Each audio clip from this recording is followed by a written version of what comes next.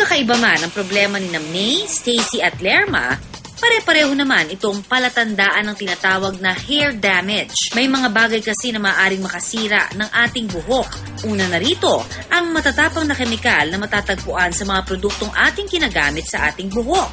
The more na mabango ang shampoo mo, the more na medyo harmful. Kasi yung chemicals, yung mga ingredients na naroon, lalo-lalo na yung mga ingredients, yung mga ginagamit para bumango ang shampoo. Kasi ano yan eh, tinatawag natin na strategy yan sa business para mabenta eh. May mga kemikal gaya ng sodium lauryl sulfate o SLS na nagdudulot raw ng pangangati ng anit, lalo na kapag hindi na banlawang maigi.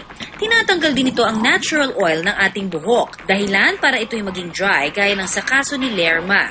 Sanhi rin daw ng dry hair ang maling paraan ng pagsashampoo ng buhok. Hindi raw kasi dapat ginagamit ang mga kuko, kundi ang mismong dulo lang ng mga daliri.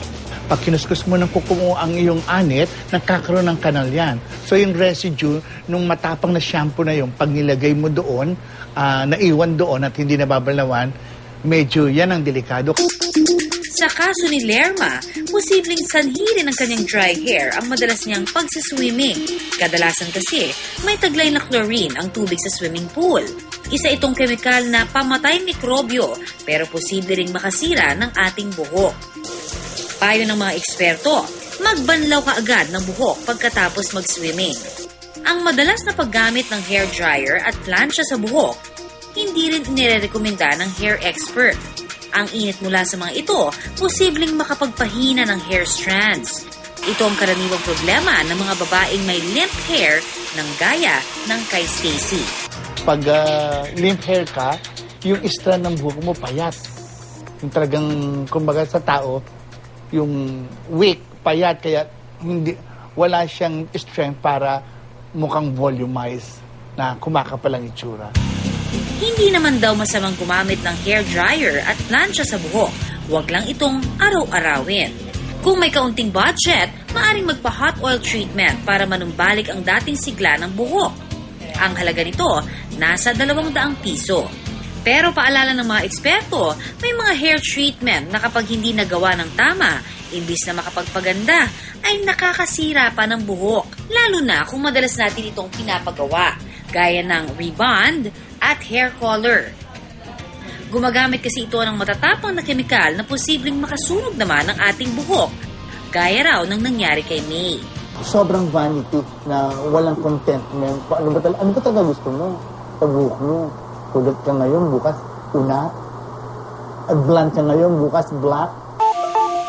Payo ng eksperto, magpa-rebond ng buhok isang beses lang kada taon. Samantalang ang pagpapakulay, pwedeng gawin kada 2 buwan. Ang nasirang buhok dahil sa matatapang na kemikal, imposible na raw maibalik sa dati. Ang nalalabing solusyon, ang pagupitan na lang ito para tumubo ng mas maayos ang buhok. At syempre, ang iwasang maulit ang dating mga pagkakamali. Hindi ba meron tayong pagbubuta tayo sa doktor, sabi ng doktor, iha, kailangan natin operahin yan. Tapos magme-maintain ka ng gamot. Ganon din yung sa hair. Operahin natin yan, gugupitin, tatanggalin yung mga dami, saka natin bibigyan ka namin ng treatment o ng tamang shampoo.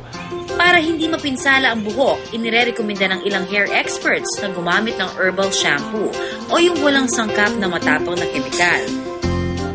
Gumamit ng conditioner na may almond oil. May taglay kasi itong vitamin B5 na nagpapatibay ng buhok. Pero tandaan, ang paggamit ng conditioner ay hindi dapat araw-arawin dahil nagiging dahilan ito para maging oily ang buhok. Para sa mga kagaya naman ni May, Stacy at Lerma na may problema sa buhok, sundin lang ang tips ng ating hair care expert para ang buhok na pinapangarap at pang-commercial model sa ganda, abot kamay na!